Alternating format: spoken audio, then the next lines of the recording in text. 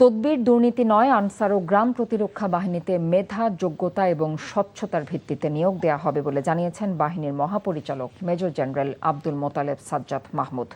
সকালে গাজীপুরে আনসার ও ভিডিপি একাডেমিতে বাহিনীর ২৮তম সিপাহী রিক্রুটমেন্ট অনুষ্ঠানে যোগ দেন বাহিনী প্রধান। পরে প্রশাসনিক ভবনে সাংবাদিকদের সঙ্গে মত বিনিময়ে তিনি আরও বলেন, আনসার বাহিনীতে নিয়োগে আরও বিভিন্ন পর্যায়ে অনৈতিক চর্চা ছিল, ভবিষ্যতে এর কোনো সুযোগ থাকবে না।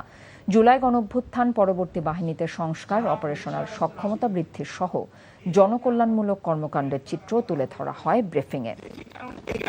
সবার জন্য অবাধ তথ্য প্রবাহের যে আগে যখন এই রিক্রুটমেন্ট হতো, দেয়ার ওয়াজ নো মনিটরিং সিস্টেম, এবং বিভিন্ন জায়গা থেকে যখন বিভিন্ন ধরনের আপনারা জানেন যে অনুরোধ আসে যে আমরা মেধা এবং যোগ্যতার ভিত্তিতেই নিব এই বছর ইনশাল্লাহ যারা হচ্ছে আপনারা দেখবেন সব গরিবের ছেলে, যে জীবনে কল্পনাও করে নাই।